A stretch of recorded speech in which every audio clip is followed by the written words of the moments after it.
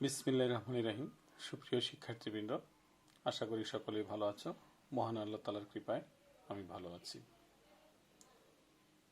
আমি তারিক সালাউদ্দিন মামুন, প্রভাষক রসায়ন, আনন্দমোহন কলেজ, ময়মনসিংহ, তোমাদের সামনে উপস্থিত হয়েছি। বর্তমান বিশেষ পরিস্থিতি, বিশেষ ব্যবস্থাপনায় অর্থাৎ অনলাইন কার্যক্রম চালু আছে। তারই ধারাবাহিকতায় আজ আমি তোমাদের গুণগত রসায়নের বিষয় নিয়ে আলোচনা করব। সুপ্রিয় শিক্ষার্থীবৃন্দ, আজ আমার তোমাদের সাথে দ্বিতীয় ক্লাস, যদিও দীর্ঘদিন পর। এর আগে আমরা মৌলিক কণিকা সম্পর্কে বিস্তারিত আলোচনা করেছি। আজ আমরা আলোচনা করব পরমাণুর মডেল সংক্রান্ত।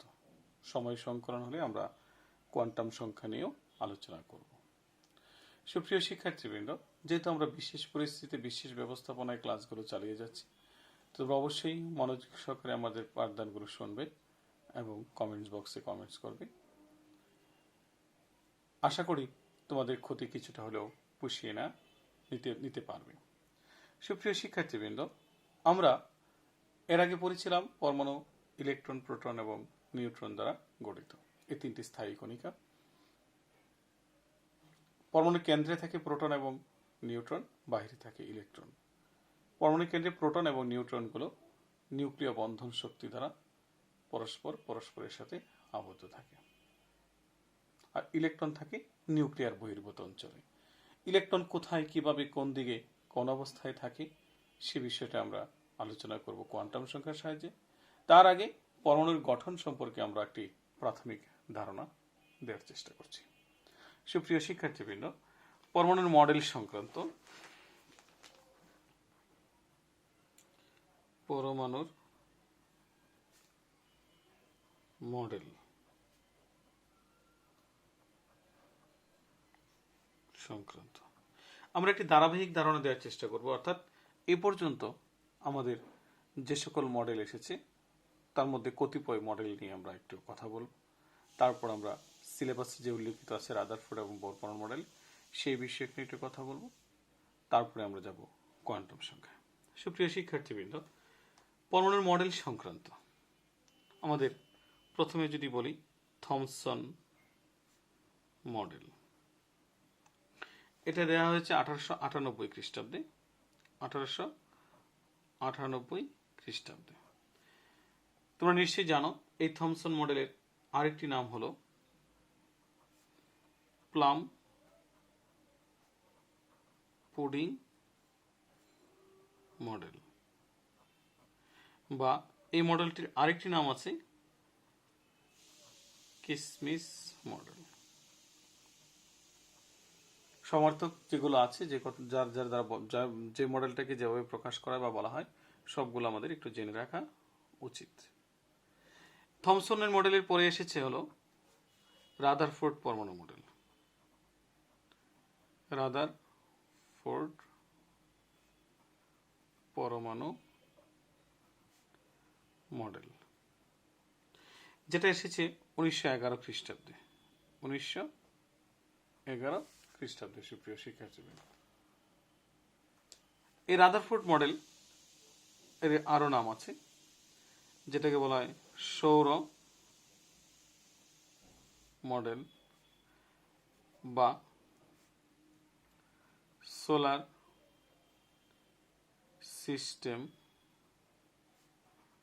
অ্যাটম মডেল বা নিউক্লিয় মডেল।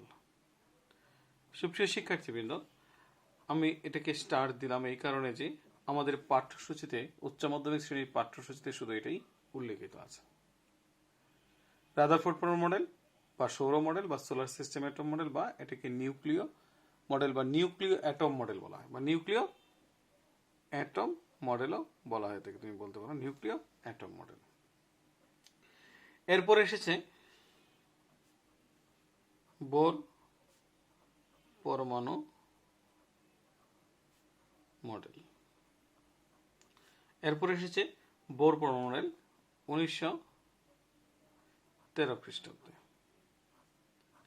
এর পরবর্তীতে এসেছে হলো বোরের পরে সোমারফিল্ড, খুব কাছাকাছি সময়ের মধ্যেই সোমারফিল্ড পরমাণু মডেল। এটা এসেছে 1916 খ্রিস্টাব্দে। বলবো স্যার আমাদের সালগুলো কি মনে রাখতে হবে? একাডেমিক পরীক্ষায় সাধারণত আসার কথা নয় বা আসবেও না কখনো। সোমারফিল্ড। এরপর এসেছে লুই দা ব্রোগলির তরঙ্গ বলবিদ্যা। তরঙ্গ বলবিদ্যা বা কোয়ান্টাম বলবিদ্যা মডেল বা কোয়ান্টাম বলবিদ্যা মডেল, যেটা এসেছে 1924 খ্রিস্টাব্দে। সুপ্রিয় শিক্ষার্থীবৃন্দ, আমরা ধারাবাহিকভাবে একটু বললাম। এর মধ্যে আমাদের সবগুলো পাঠ্যসূচিতে অন্তর্ভুক্ত নেই। বিগত ক্লাসে আমরা এই বিষয় নিয়ে অনেকগুলো কথা বলেছি। তাহলে আমাদের সিলেবাসে আছে শুধুমাত্র রাদারফোর্ড পরমাণু মডেল এবং বোর পরমাণু মডেল। প্রিয় শিক্ষার্থীবৃন্দ, আমরা অবশ্যই রাদারফোর্ড এবং বোর পরমাণু মডেলটা আবারও একটু পড়ব। এসএসসিতে হুবহু এই মডেলগুলো ছিল, মডেলের কোনো পরিবর্তন নেই। তোমরা একটু বইটা দেখবে, দেখে বিশেষ করে রাদারফোর্ডের ব্যর্থতা আর বোরের সফলতাটা জানতে হবে। কেন সেই বিষয়ে আমরা পরে কথা বলছি। তাই রাদারফোর্ড পরমাণু মডেল তার স্বীকার্য এবং সীমাবদ্ধতা, বোর পরমাণু মডেল স্বীকার্য সীমাবদ্ধতা না পড়লেও চলবে। যদি আমাদের সোমারফিল্ড মডেল সিলেবাসে থাকতো তাহলে আমরা অবশ্যই বোর পরমাণু মডেলের স্বীকার্যগুলো পড়ে নিতাম। প্রিয় শিক্ষার্থীবৃন্দ, এবার আমরা রাদারফোর্ড পরমাণু মডেল সম্পর্কে আমরা এখানে মূল অংশগুলো শুধু আলোচনা করব। আরেকটি কথা বলি, প্রত্যেকটা ক্ষেত্রে প্রশ্নের কিছু মূল অংশ থাকে আনসার, সেই মূলটা তোমরা মনে রাখার চেষ্টা করবে, নিজেকে উপস্থাপন করার চেষ্টা করবে, তাহলে দেখবে হয়ে গেছে তোমার প্রিপারেশন। তো এবার আমরা যদি রাদারফোর্ড পরমাণু মডেল, রাদারফোর্ড পরমাণু মডেল সংক্রান্ত আলোচনা হবে। প্রথম রাদারফোর্ড পরমাণু মডেল সংক্রান্ত। সুপ্রিয় শিক্ষার্থীবৃন্দ, এখানে একটি কোশ্চেন থাকে, এ মডেল কার ধারণার উপর প্রতিষ্ঠিত? এ মডেল কার ধারণার উপর প্রতিষ্ঠিত? আনসার হলো ম্যাক্সওয়েল। সুপ্রিয় শিক্ষার্থীবৃন্দ, আমরা বোরের কথাটা বলে রাখি। বোর মডেল কিন্তু কোয়ান্টাম ম্যাক্স প্লাঙ্কের কোয়ান্টাম তত্ত্ব থেকে প্রতিষ্ঠিত। ওটা ম্যাক্স প্লাঙ্ক, এটা ম্যাক্সওয়েল। আমরা এই জায়গাটাতে ভুল করে ফেলি। ম্যাক্সওয়েল কি বলেছিল? ম্যাক্সওয়েল বলেছিল যে ইলেকট্রন শক্তি হারাতে হারাতে হারাতে হারাতে একসময় কোথায় এসে পতিত হবে? নিউক্লিয়াসে তো এসে পতিত হবে। তো শক্তি বিকিরণ করতে করতে একসময় কোথায় এসে পতিত হবে? নিউক্লিয়াসে এসে পতিত হবে। সেটা ছিল ম্যাক্সওয়েলের বিকিরণ ধারণা। কিন্তু বাস্তবতা নিরিখে সুপ্রিয় শিক্ষার্থীবৃন্দ, পরের কথাটা আগে বলে রাখি, যে ম্যাক্সওয়েল যে ধারণাটা দিয়েছিলেন সে ধারণাটা ভুল ছিল। ইলেকট্রন শক্তি নির্গমন করতে করতে যদি নিউক্লিয়াসে পতিত হতো, এক কথায় যদি আমি বলি পৃথিবীর তাহলে অস্তিত্ব থাকতো না। ঠিক আছে? তো যাই হোক, তারপরেও যেহেতু রাদারফোর্ড পরমাণু মডেল ম্যাক্সওয়েলের ধারণার উপর প্রতিষ্ঠিত হয়েছে, যদি কখনো কোনোদিন কোনো পরীক্ষা আসে তাহলে অবশ্যই আমাকে সেটাই বলতে হবে যেটি ম্যাক্সওয়েলের ধারণা প্রতিষ্ঠিত। এ মডেল এর ভিত্তি কি? এ মডেলের ভিত্তি কি? তাহলে আনসারটা হলো আলফা কণা বিচ্ছুরণ পরীক্ষা। আলফা কণা বিচ্ছুরণ পরীক্ষা। প্রিয় শিক্ষার্থীবৃন্দ, এই মডেলের ভিত্তি হলো আলফা কণা বিচ্ছুরণ পরীক্ষা। তাহলে এই দুটো ধারণা, ম্যাক্সওয়েলের ধারণাটা আমরা কিছুটা নিলাম। এখন তাহলে দেখো, আমার এই ধারাবাহিকতায় তাহলে চলে যেতে হবে আলফা কণা বিচ্ছুরণ পরীক্ষা সংক্রান্ত। তাহলে এবার আমরা পড়ব রাদারফোর্ডের সংক্ষেপে রাদারফোর্ড এর আলফা কণা বিচ্ছুরণ পরীক্ষা। অবলিক এটাকে স্বর্ণপাত বীক্ষণ পরীক্ষা বলা হয়। অবলিক পরমাণুর কেন্দ্র ধনাত্মক চার্জিত।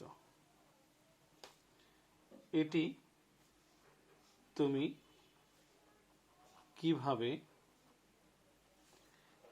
প্রমাণ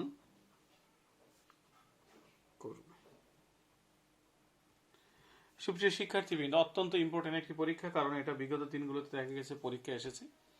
তা আমরা এখন রাদারফোর্ডের আলফা কণা বিচ্ছুরণ পরীক্ষা পড়ব, বা স্বর্ণপাত বীক্ষণ পরীক্ষা, বা পরমাণুর কেন্দ্র ধনাত্মক চার্জিত, তা তুমি কিভাবে প্রমাণ করবে। সুপ্রিয় শিক্ষার্থীবৃন্দ, মাঠে নামার আগে তার একটি পূর্ব প্রস্তুতি আছে। সেই প্রস্তুতিটা সম্পন্ন করে আমরা মাঠে নামব।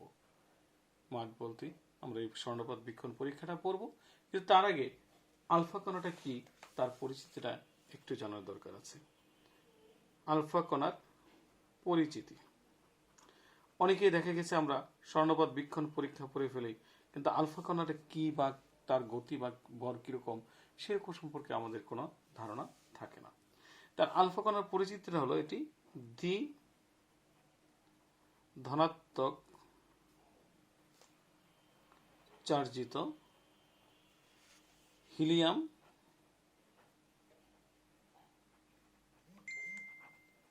নিউক্লিয়াস।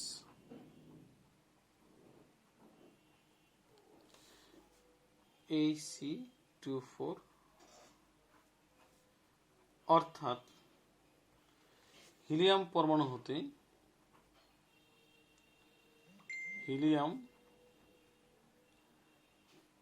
পরমাণু হতে দুইটি ইলেকট্রন সরিয়ে নিলে বা বিচ্ছিন্ন করলে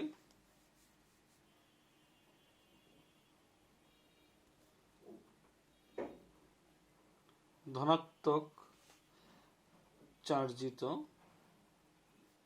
যে হিলিয়াম আয়ন তৈরি হয় তাকে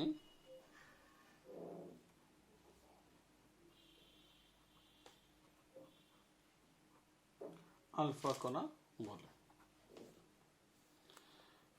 আলফা কণার গতি, এটা অবশ্যই আমরা একটু মুখস্থ রাখার চেষ্টা করব। 1 × 10⁷ মিটার পার সেকেন্ড হতে 2.5 × 10⁷ মিটার পার সেকেন্ড। এটা হলো আলফা কণার গতি। সুপ্রিয় শিক্ষার্থীবৃন্দ, এখন যেহেতু আমরা একটি পরীক্ষা পড়ব, তার প্রয়োজনীয় উপকরণ আছে। পরীক্ষাটা করতে গেলে তার প্রয়োজনীয় উপকরণ লাগবে। 1 নাম্বার স্বর্ণপাত, 2 নাম্বার তেজস্ক্রিয় মৌল,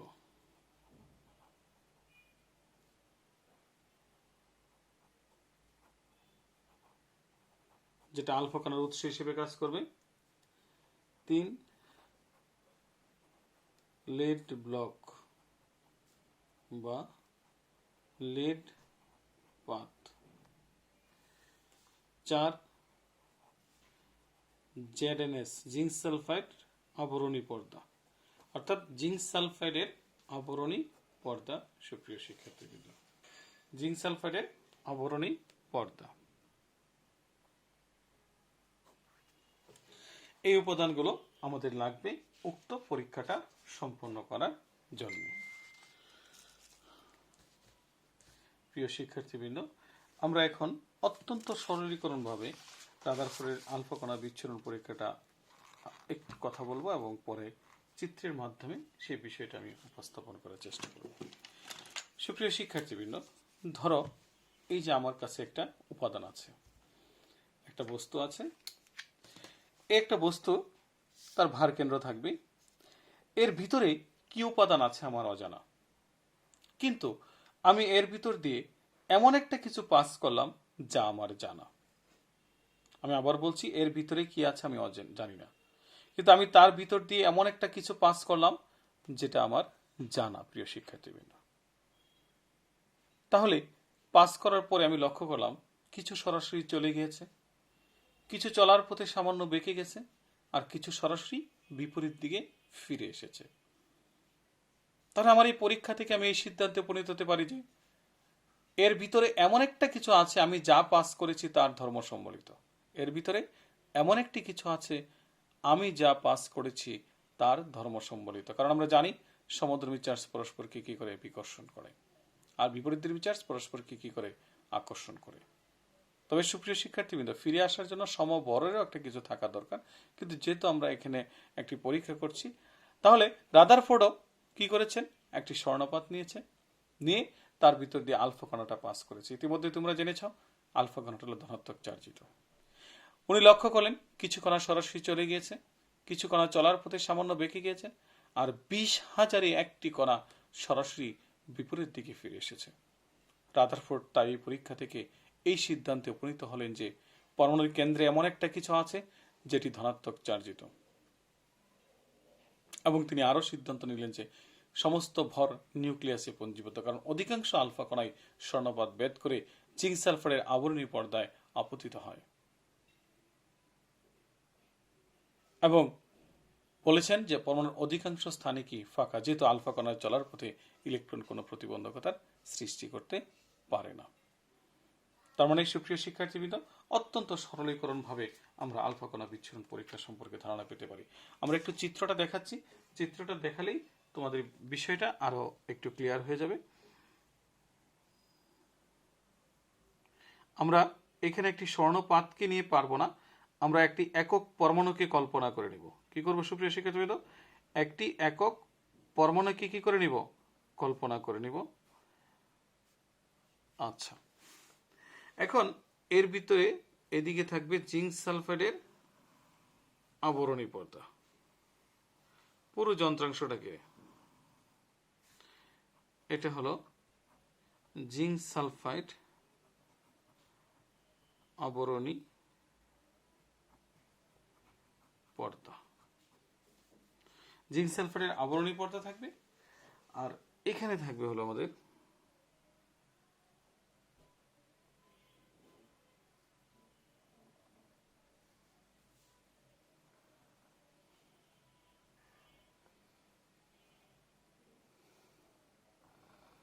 হয়তো তোমাদের বইয়ে ভেবে চিত্রটা নাই, এটা হলো লেড ব্লক,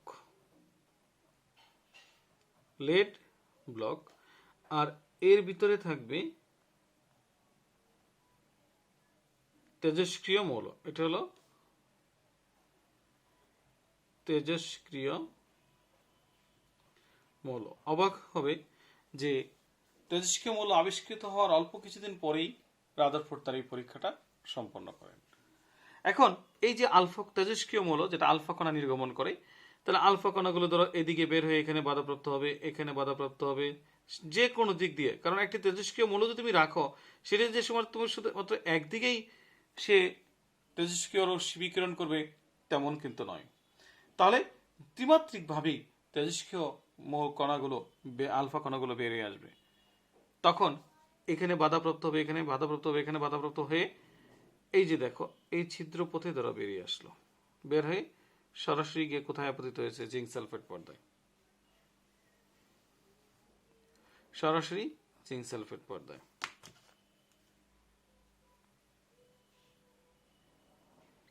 এই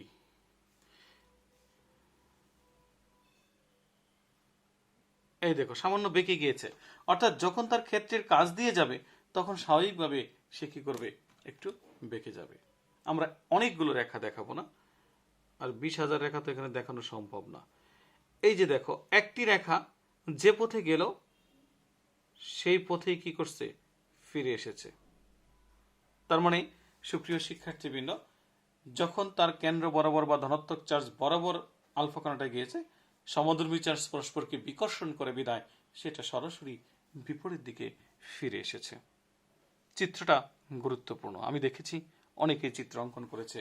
এই যে বিকর্ষণটা দেখিয়েছি, এই ধনাত্মক চার্জটা যেখানে আছে নির্দিষ্ট অঞ্চলব্যাপী তার একটি প্রভাব বজায় থাকবে, যেটাকে বলি আমরা ক্ষেত্র। সেই ক্ষেত্রে কাজ দিয়ে যখন এই আলফা কণাটা যাবে তখন সে বিকশিত হবে। অনেক দূর দিয়ে যাওয়ার সময় কিন্তু বিকশিত হবে না, লক্ষ্য রাখতে হবে।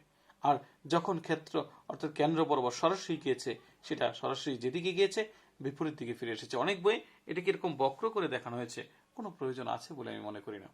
এ সংক্রান্ত অ্যানিমেশনও তুমি দেখবে আছে, ইউটিউবে দিলে সার্চ দিলে বিভিন্ন দেখবে যে অ্যানিমেশন দেওয়া আছে, চিত্রে সুন্দর ভালো লাগে। এবং এরা এখানে গিয়ে প্রতিপ্রভা বা আলোকচটার সৃষ্টি করে। আর একটা ডিটেক্টর থাকে যার দ্বারা নির্ধারণ করা হয় কতগুলো কণা জিঙ্ক সালফাইড পর্দায় আপতিত হলো। সুপ্রিয় শিক্ষার্থীবৃন্দ, আশা করি চিত্রটা কিছুটা হলেও বুঝতে পেরেছ।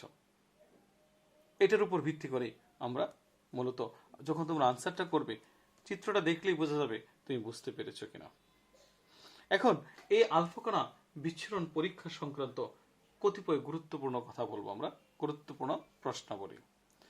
আলফা কণা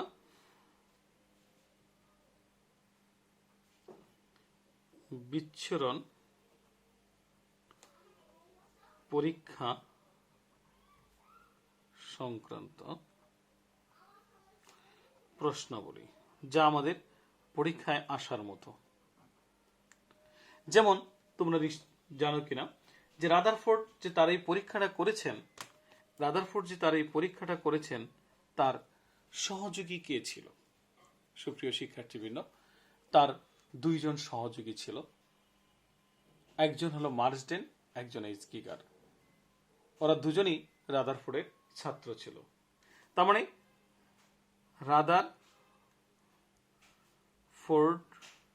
উক্ত পরীক্ষায় রাদারফোর্ড এর সহযোগী ছিল, তারই সুযোগ্য ছাত্র। একজন হলো মার্সডেন, একজন হলো এইচ গিগার। এরা রাদারফোর্ডের ছাত্র ছিল। এরা রাদারফোর্ডের কি ছিল? ছাত্র, মার্সডেন এবং এইচ গিগার। এবং বলতে পারো যে স্যার তাদের সিদ্ধান্তটা কি ছিল? তাদের সিদ্ধান্তটা ছিল 40,000-এ একটি কণা বিপরীত দিকে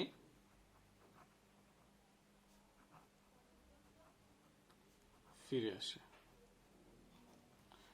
40,000-এ একটি কণা বিপরীত দিকে ফিরে আসে। আবারও বলছি, ভুল করবে না কিন্তু। এটা কিন্তু রাদারফোর্ডের সিদ্ধান্ত নয়, এটা ছিল মার্সডেন এবং এইচ গিগার, নির্দেশনায় ছিলেন রাদারফোর্ড। পরবর্তীতে রাদারফোর্ড পরীক্ষার মাধ্যমে সিদ্ধান্ত নিয়েছেন যে না, 40,000-এ নয়, 20,000-এ একটি কণা সরাসরি কোন দিকে ফিরে আসে? বিপরীত দিকে ফিরে আসে। সুপ্রিয় শিক্ষার্থীবৃন্দ, আলফা কণার উৎস বিভিন্ন তেজস্ক্রিয় মৌল। আলফা কণার উৎস হলো প্রাকৃতিকভাবে যে তেজস্ক্রিয় মৌল আছে সেই মৌলগুলো। বলতে পারো স্যার কোনটা? থোরিয়াম হতে পারে, বিসমাথ হতে পারে, ইউরেনিয়াম। এক একটা বই এক একটা আছে। তাহলে বিভিন্ন তেজস্ক্রিয় মৌল। 3 নাম্বার, এগুলো জ্ঞানমূলক কোশ্চেন। স্বর্ণপাতের পুরুত্ব কত? যে স্বর্ণপাতটা নেওয়া হয়, স্বর্ণপাতের পুরুত্ব 0.0004 সেন্টিমিটার। সুপ্রিয় শিক্ষার্থীবৃন্দ, এটা কিন্তু আবার তোমার সেন্টিমিটার, মিটার এটা আমাদের জন্য সহজ। ন্যানোমিটার বা অ্যাংস্ট্রমে দেওয়া হতে পারে, বা 4000 ন্যানোমিটার বা 40,000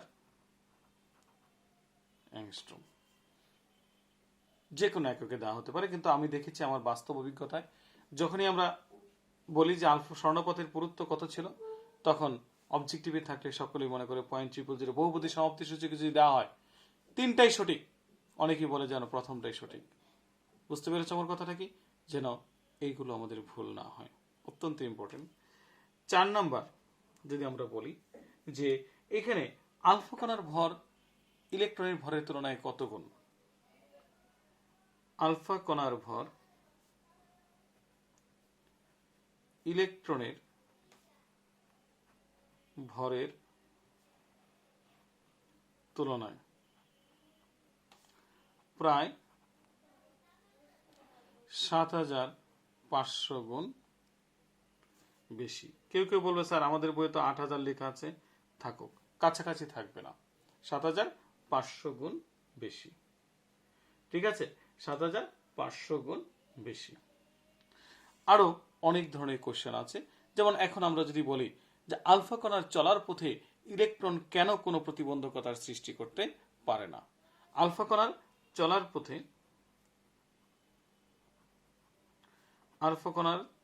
চলার পথে ইলেকট্রন কেন প্রতিবন্ধকতা সৃষ্টি করতে পারে না। সুপ্রিয় শিক্ষার্থীবৃন্দ, কেন পারে না? কারণ আলফা কণার ভর ইলেকট্রনের ভরের তুলনায় অনেক অনেক বেশি। বাধা দিতে গেলে সমভর, কাছাকাছি ভর অথবা অধিক ভর বিশিষ্ট কোনো উপাদান থাকতে হবে বা সমধর্মী চার্জ থাকতে হবে। যেহেতু আলফা কণার ভর ইলেকট্রনের ভরের তুলনায় অত্যন্ত নগণ্য, তাই চলার পথে কোনো প্রতিবন্ধকতা সৃষ্টি করতে পারে না। অনেকেই বলবে স্যার আলফা কণা তো ধনাত্মক, তাহলে কি ঋণাত্মককে সে আকর্ষণ করতে পারে না? তার গতিটা এতই বেশি যে সেখানে ইলেকট্রন এবং আলফা কণার আকর্ষণ সম্ভব হয় না। সুপ্রিয় শিক্ষার্থীবৃন্দ, তাই আলফা কণার এখন আমরা যদি বলি এই আঙ্গিকেই, যেহেতু অধিকাংশ আলফা কণাই স্বর্ণপাত ভেদ করে জিঙ্ক সালফাইডের পর্দা আপতিত হয়, তাই রাদারফোর্ড কিন্তু তার পরীক্ষায় পরে এই সিদ্ধান্ত প্রণয়ন করেন যে পরমাণুর অধিকাংশ স্থানই কি ফাঁকা। পরমাণুর অধিকাংশ স্থান ফাঁকা, ব্যাখ্যা করো। সুপ্রিয় শিক্ষার্থীবৃন্দ, এই কোশ্চেনটা অত্যন্ত অত্যন্ত ইম্পর্টেন্ট। এটা আমরা ইম্পর্টেন্ট লিখে দিচ্ছি এটা, অর্থাৎ পরমাণুর অধিকাংশ স্থানই ফাঁকা, ব্যাখ্যা করো। তাহলে তোমরা আনসারটা করবে এই বিষয়টি রাদারফোর্ডের আলফা কণা বিচ্ছুরণ পরীক্ষার মাধ্যমে সহজেই ব্যাখ্যা করা যায়। আমরা জানি আলফা কণার ভর ইলেকট্রনের ভরের তুলনায় প্রায় 7,500 গুণ বেশি। সেজন্য পরমাণুর ভিতর দিয়ে যখন আলফা কণাটা অতিক্রম করে বা অতিক্রম করার সময় ইলেকট্রনের সাথে ধাক্কা লেগে বড় কোনো পথে বেঁকে যাওয়া সম্ভব নয়। আর যেহেতু সে বড় কোনো পথে বেঁকে যায় না, তাই অধিকাংশ কণাই যেহেতু জিঙ্ক সালফেট পর্দায় আপতিত হয়ে প্রতিপ্রভার সৃষ্টি করে, তাই বলা যায় পরমাণুর অধিকাংশ স্থানে কি ফাঁকা।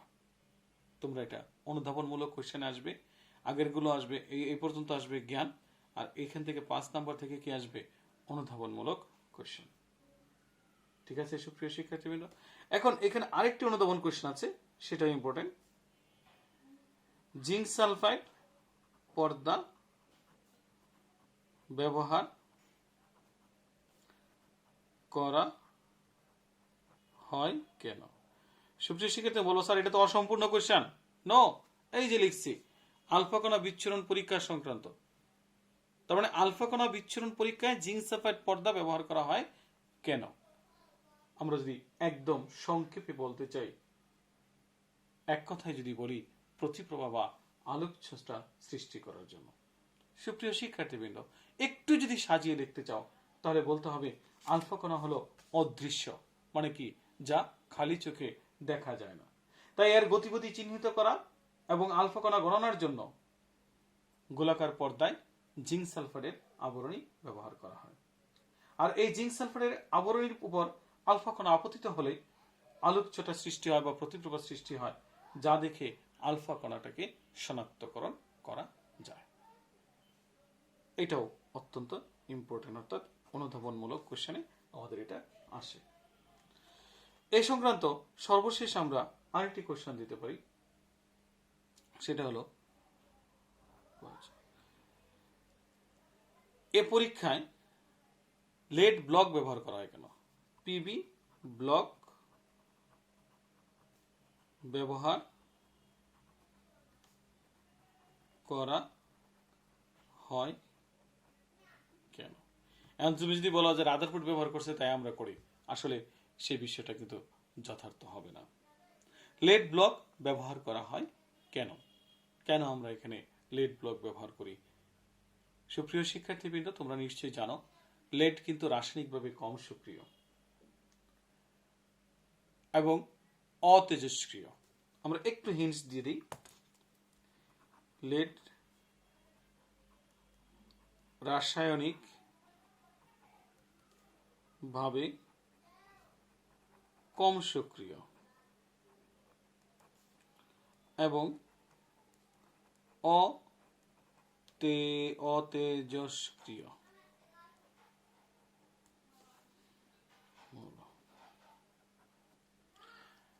অতেজস্ক্রিয় মৌল এবং এর পার্টটা কি হয়? মসৃণ। ঠিক আছে, অতেজস্ক্রিয়। আবার সুনিয়ন্ত্রিত, আমি হিন্টসটা দিয়ে দিচ্ছি, সুনিয়ন্ত্রিতভাবে আলফা কণাসমূহ স্বর্ণপাতে ফেলার জন্য। সুনিয়ন্ত্রিতভাবে আলফা, কারণ তার তলটা থাকে মসৃণ। সুনিয়ন্ত্রিতভাবে আলফা কণাসমূহ স্বর্ণপাতে ফেলার জন্য। লেস ইম্পর্টেন্ট, দিলে দিতে পারে, কারণ লেস কেন, তোমাদের অনেক বইয়ে তো এই লেড ব্লকটা দেওয়াই নেই, চিত্রটাও এভাবে দেওয়া নেই। ঠিক আছে সুপ্রিয় শিক্ষার্থীবৃন্দ, তাহলে আমি আবারও বলছি, একটু সারসংক্ষেপ যদি বলি। রাদারফোর্ডের আলফা কণা বিচ্ছুরণ পরীক্ষা, রাদারফোর্ড কি করেছেন? একটি স্বর্ণপাতের ভিতর দিয়ে আলফা কণা নিক্ষেপ করেছেন। করার পরে উনি লক্ষ্য করলেন কিছু কণা সরাসরি চলে গিয়েছে, কিছু কণা চলার পথে সামান্য বেঁকে গিয়েছে, আর 20,000-এ একটি কণা সরাসরি বিপরীত দিকে ফিরে এসেছে। রাদারফোর্ড তার এই পরীক্ষা থেকে এই সিদ্ধান্তে উপনীত হলেন যে পরমাণু কেন্দ্রে এমন একটা কিছু আছে যেটা ধনাত্মক চার্জিত, যার নামকরণ করা হয়েছে নিউক্লিয়াস। একই সাথে তিনি বলেছেন যে পরমাণুর অধিকাংশ স্থানই ফাঁকা, কারণ যেহেতু অধিকাংশ আলফা কণাই জিঙ্ক সালফাইড আবরণী পর্দায় আপতিত হয়ে আলোকছটা বা প্রতিপ্রভার সৃষ্টি করে। এবং উনি বলেছেন সমস্ত ভরটাই নিউক্লিয়াসে কি পঞ্জীভূত। সুপ্রিয় শিক্ষার্থীবৃন্দ, তোমরা যদি এখন বইটা যদি একটু দেখো তাহলে বুঝতে পারবে যে এই সংক্রান্ত আলোচনা। ঠিক আছে, তাহলে এখন সুপ্রিয় শিক্ষার্থী, আমরা আরেকটি ছোট্ট জিনিস নিয়ে একটু কথা বলবো। এটা মনে হয় গত ক্লাসে আমরা একটু বলেছি, একটা উদ্দীপক। আমরা নতুন পৃষ্ঠায় আর যাবো না, কারণ আমরা যদি একটা উদ্দীপক নিয়ে কল্পনা করি, শুধু বলে দিব প্রশ্নের উদ্দীপক। তোমরা রাদারফোর্ড, আবারও বলছি, রাদারফোর্ডের মডেল পড়বে, একই সাথে বোর পরমাণু মডেলের সফলতা পড়বে। রাদারফোর্ডের ব্যর্থতা, বোরের সফলতা পড়বে। যেমন আমি যদি একটি সিলেবাসে যে লাইনটা উল্লেখিত আছে, এই যে ধরো লিখলাম, এই ইলেকট্রন শক্তি শোষণ করে উপরে গেল, শক্তি বিকিরণ করে কোথায় আসতেছে? নিম্ন শক্তি স্তরে ফিরে আসে। হলো শক্তির বিকিরণ, এটা। আর এটা হলো শক্তির শোষণ হচ্ছে। এখানে কি হচ্ছে? শক্তির শোষণ হচ্ছে। সুপ্রিয় শিক্ষার্থীবৃন্দ, তাহলে ইলেকট্রন শক্তি শোষণ করে উচ্চ শক্তি স্তরে গিয়ে পুনরায় শক্তি বিকিরণ করে কোথায় ফিরে আসে? নিম্ন শক্তি স্তরে ফিরে আসে। এটা ধরো একটি মডেল 1। এখন তোমাকে প্রশ্ন দেওয়া হলো উচ্চতর দক্ষতায় আসবে, এটা কোথায় আসবে? উচ্চতর দক্ষতার কোশ্চেন। উদ্দীপক এর মডেল নিউক্লিয়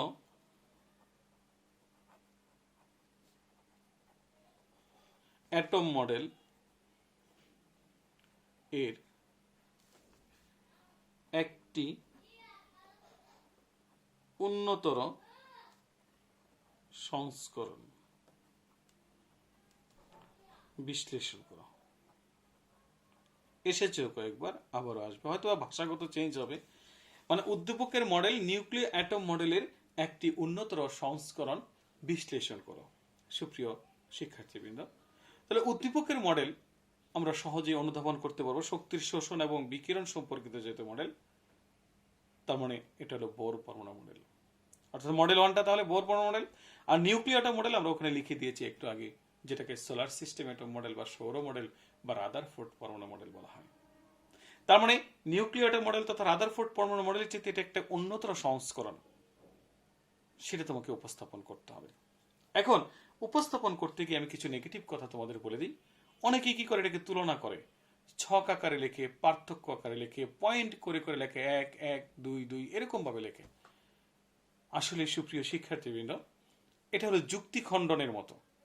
আমরা বিতর্ক করি, ডিবেট করি, একই জিনিস নিয়ে যে বেশি যুক্তি উপস্থাপন করতে পারবে, ভালো যুক্তিটা যার গ্রহণযোগ্যতা থাকবে, সেটাই আমরা মেনে নিব। এখানে আমাদের একদম স্পষ্টীকরণ করা আছে রাদারফোর্ডের চাইতে বোর পরমাণু মডেল সফল। তাহলে এখানে আমার একাধিক পয়েন্ট দেওয়ার কোনো দরকার নেই, তুলনা করার ওইভাবে পার্থক্যের মতো ছক করে দেওয়ার কোনো প্রয়োজনে দেওয়া যাবে না।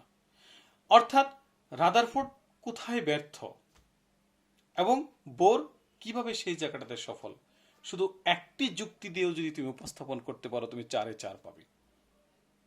একটি যুক্তি, অনেকে বলে 4টা যুক্তি দেখাতে হবে 4 পাবে। নো, আমার এখানে ভাগ আছে জ্ঞান, অনুধাবন, প্রয়োগ, উচ্চতর দক্ষতা। যখন একজন শিক্ষার্থী একটি যুক্তি দিয়ে উপস্থাপন করতে পারবে পুরো মডেলটাকে, আমি মনে করব দুটো মডেল সম্পর্কে তার সম্যক ধারণা আছে বিধায় সে এটাকে উপস্থাপন করতে পেরেছে, নতুবা সে পারত না। যেমন তুমি যদি একটি যুক্তি দেখাও যে রাদারফোর্ড পরমাণু মডেল ম্যাক্সওয়েলের ধারণার উপর প্রতিষ্ঠিত। ম্যাক্সওয়েলের ধারণাটা ছিল ইলেকট্রন শক্তি হারাতে হারাতে একসময় নিউক্লিয়াসে পতিত হবে। তার মানে যদি তার ধারণার উপর রাদারফোর্ড মডেল প্রতিষ্ঠা লাভ করে থাকে, তাহলে রাদারফোর্ড পরমাণু মডেলটা অস্থায়ী। অপরদিকে বিজ্ঞানী নিলস বোর ব্যাখ্যা দিয়েছেন যে ইলেকট্রন শক্তি শোষণ করে উচ্চ শক্তি স্তরে গিয়ে শক্তি বিকিরণ করে পুনরায় নিম্ন শক্তি স্তরে ফিরে আসে, তখনই সৃষ্টি হয় বর্ণালী রেখার। তার মানে ইলেকট্রন কখনো নিউক্লিয়াসে পতিত হয় না। সুতরাং উক্ত যুক্তি অনুসারে সহজেই বলা যায় রাদারফোর্ড পরমাণু মডেলের চেয়ে বোর পরমাণু মডেল অধিক গ্রহণযোগ্য। অদ্যাবধিও কিন্তু টিকে আছে, ইলেকট্রন কখনোই কিন্তু নিউক্লিয়াসে পতিত হয় না, কারণ শক্তি বিকিরণ করে নিম্ন শক্তি স্তরে আসার পর নিউক্লিয়াসে পতিত হওয়ার মতো আর শক্তি অবশিষ্ট থাকে না। প্রিয় শিক্ষার্থীবৃন্দ, এরপরে তুমি যদি আরো যুক্তি দেখাতে চাও দেখাতে পারো, কিন্তু আমি তোমাদেরকে বলবো যে তুমি একটি যুক্তি দিয়ে, যেমন আমি যদি এখন বলি দুজন শিক্ষার্থীকে প্রশ্ন করলাম, একটি প্রশ্ন, একজন উত্তর দিতে পারলো আরেকজন দিতে পারলো না, তাহলে কে সেরা সেটা বুঝতে আমার অসুবিধা হবে না। তাই বলছি যে তোমরা এই মডেলগুলো ভালোভাবে পড়বে, কিন্তু আনসার করাটাও কিন্তু একটা কৃতিত্বের বিষয়। তুমি এটাকে অনেক বড় করে ফেললে, 2 পাতা 1 পাতা 2 পাতা লিখে ফেললে কোনো প্রয়োজন নেই। অথচ আরেকজন শিক্ষার্থী দেখবে 2 মিনিট থেকে 3 মিনিটের মধ্যে সে আনসার করে দিয়ে আসছে, সে ফুল মার্কস পাচ্ছে।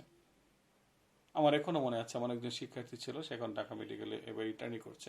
আমি এটা দিয়েছি যখন সৃজনশীল চালু হয়েছে, অনেক সুন্দর সে একদম সংক্ষেপে উপস্থাপন করেছে, অথচ অনেকেই অনেক বড় করে উপস্থাপন করেছে। কোনো প্রয়োজন নেই।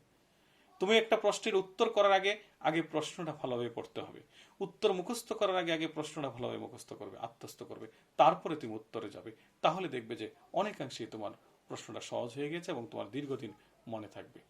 সুপ্রিয় শিক্ষার্থীবৃন্দ, আমরা মডেল সংক্রান্ত বলে দিয়েছি। আগামী দিন আর ইনশাআল্লাহ আমরা মডেল সম্পর্কিত আর কোনো কথা হবে না। পরবর্তী ক্লাসে আমরা কোয়ান্টাম সংখ্যা, অত্যন্ত গুরুত্বপূর্ণ, যাকে আমি বলি কেমিস্ট্রির প্রাণ। এতক্ষণ পর্যন্ত কিন্তু আমরা নিউক্লিয়াসই ছিলাম, গত ক্লাসে নিউক্লিয়াসই ছিলাম, আমরা কিন্তু নিউক্লিয়াস থেকে এখনো বের হয়ে নাই। এখন নিউক্লিয়াসের বাইরে কি আছে? ইলেকট্রন, প্রোটন এবং নিউট্রন। আমাদের সেই ইলেকট্রন, প্রোটন, নিউট্রন কোথায়, কিভাবে, কোন দিকে, কোন অবস্থায় আছে সেটা জানার দরকার আছে। আর সেটা জানার জন্যই আমাদের লাগবে কোয়ান্টাম সংখ্যা, যেটা কোয়ান্টাম বলবিদ্যা বা তরঙ্গ বলবিদ্যা অর্থাৎ ইলেকট্রনের বর্ণালী বিশ্লেষণের মাধ্যমে কোয়ান্টাম বলবিদ্যা তথা তরঙ্গ বলবিদ্যা প্রয়োগের দ্বারা এই কোয়ান্টাম সংখ্যার ধারণাটা প্রতিষ্ঠিত হয়েছে, যার সাহায্যে আমি একটি ইলেকট্রনকে বা পরমাণুতে ইলেকট্রনগুলো কোথায়, কিভাবে, কোন দিকে, কোন অবস্থায় আছে সেই বিষয় সম্পর্কে সম্যক ধারণা দিতে পারবো, ধারণা নিতে পারবে তোমরা। আশা করি পরবর্তী ক্লাস উপস্থিত থাকবে। আমাদের তোমরা নিশ্চয়ই জানো যে আমরা 3 জন ক্লাস নিচ্ছি ধারাবাহিকভাবে। আজ আমার, পরের সপ্তাহ আরেকজন, আমার ক্লাস আসতে আসতে আরও 2টি সোমবার লেগে যাবে। তাই সুপ্রিয় শিক্ষার্থীবৃন্দ, তোমরা ভালো থাকবে। যেহেতু বর্তমানে করোনা পরিস্থিতি আবারও আমরা কিছু কিছু বাড়ছে, আমরা অবশ্যই স্বাস্থ্যবিধি মেনে চলব। প্রয়োজন ছাড়া বাহিরে বের হবো না, বাহিরে বের হলেও মাস্ক পরবে, স্বাস্থ্যবিধি মেনে চলবে। ধন্যবাদ সকলকে।